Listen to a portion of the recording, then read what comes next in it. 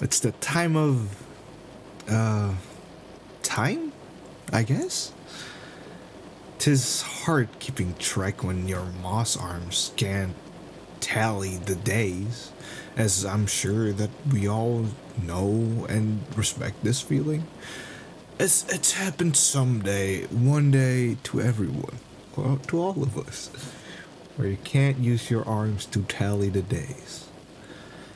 But it's the sky's time for pouring its secretions onto the lands, and sadly, sometimes through my hole. Don't get me wrong, I don't mind some wetness coming through my hole, but it does have to be the right amount of wet. It usually isn't a problem when the moisture's slight and small, even over a longer period of time. But there are momentals when the moisture's heavy and big. That's when the liquid comes in. It all depends on the duration. If it's short, my toes can, or what I would call my toes, can lazily soak in a nice little foot bath. If it goes on for long, though, it becomes a gamble. When it reaches the middle of my being, it becomes terrible. It becomes a fight between the pleasure I get from the aquatic droplets filling my cave and the anger I feel that it isn't wetting the upper part of my body. I always feel cleaner afterwards, but it's just awkward when it's at the middle and not further. The other parts of me just aching for the cleanage, but left sad and dry. It sometimes makes my skin feel thin, like it would give if I applied just a little amount of force. Reminds me of school toilet paper. Nothing's thinner than that. Already thinking about it makes my skin, or what would be skin, exude oxygen. And you might ask, doesn't he do that always, since he's a moss man? And I'd say, you'd be right. But I try to limit the amount I secrete. I think that it's improper. I just be pondering here whilst also defecating oxygen. I'll have none of that. That's also why I like having my torso engulfed in moisture. It makes me feel refreshed, you know? Especially when it's my whole body. When my vision distorts and the sky becomes blurry. It gives some calmness and peace. It's like an entire different dimension. One that swallows up your woes and makes you feel insignificant. Making one part of an equality that cares for none. It swallows you. Kinda cradles you, but like not in a comforting type of way. Just a I hold everything kind of way. It's all around you. Can't really escape it at that point. Not that I can swim anyway. But it is calming, if anything.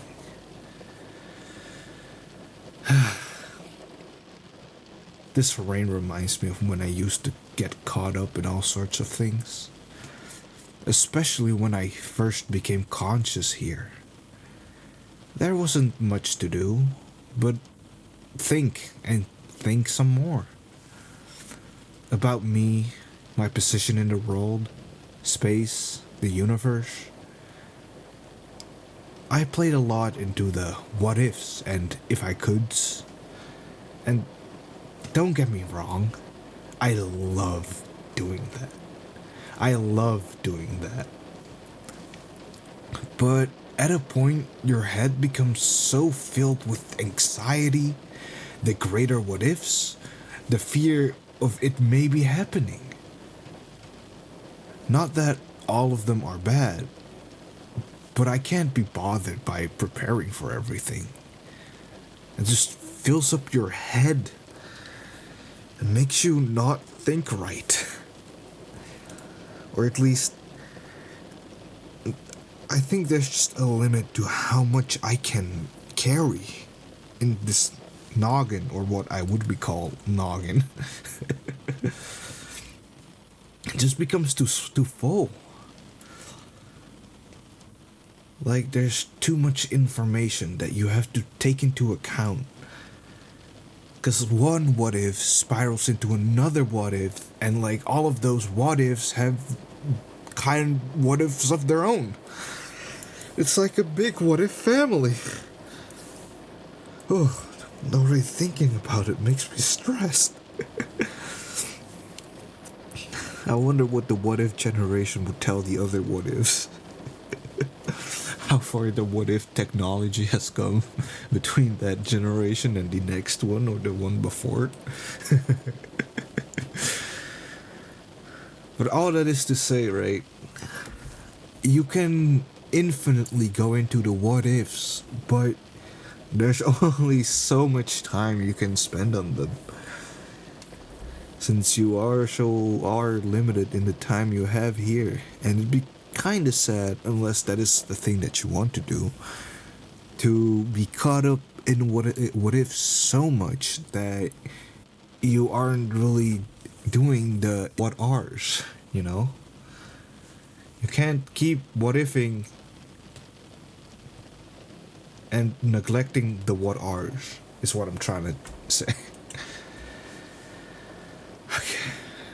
But that's also why, or one of the reasons why I'm thankful for the cloud's excrement, usually.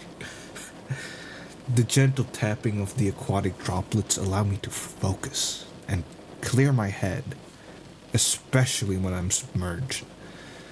The ripples that form, the ones that I can see with my eyes, when they just so gently tap on the surface, right below my cave, or at least my hole, where all the wetness flows through. Looking at the sun, looking at it glow.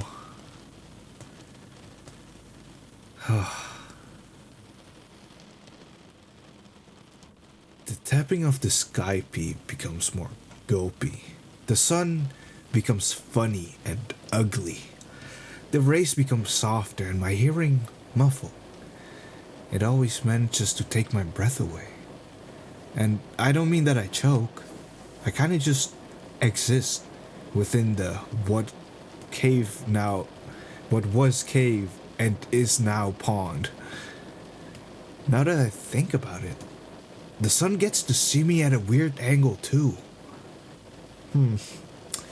I think I'm less happy about the ugly face it has now. It also somehow makes me feel even more isolated than I was before, but also more content in that isolation. It feels nice when all of me brushes against each other, when the liquid sloshes from side to side. It's not quite ascending, but more like I can float. Now, if only my hole wasn't the toilet of the forest, or at least what I presume is a forest. I can't really see outside that much. For all I know, someone might be holding up a picture, or I might just be able to see some trees, or a very beautiful painting. I might just be able to see some trees and birds, not knowing the exact location. But it could be a lie. But then again, as it's something I see every day, I don't really care if it's a lie. It's my truth, at least for now. Should I ever grow actual legs and be able to walk, then maybe I'll know it for myself. But then again, who says that is real? Maybe I'm just in some weird room that keeps on expanding as I walk. Maybe someone's perceiving me right now from the hole. Now that I look at it, it kind of looks like an eye. If the sun was just seeable, I feel like at a certain position it would directly look at me. Ugh. That's icky to think about. Ugh. I don't like that. I thought I knew the ins and outs of this cave by... Well, I wouldn't say by hand, because I'm in an awkward position right now. But at least by face? Maybe by tongue. I don't know. Huh. Oh, but I'm getting caught up. Back to the toilet, though. I feel like the moisture collects here if it doesn't have any other place to go. They're wailing for a despicable march to occupy this space. But, I mean, come on. This is my space. I didn't even choose to be here. And then they get all up in my space? Not that I really care for my cave much. But, you know, that's just me complaining for the sake of complainage. But I think that's all for now. I guess that I want to enjoy this pitter patter for a while more and just relax. Yeah. See ya.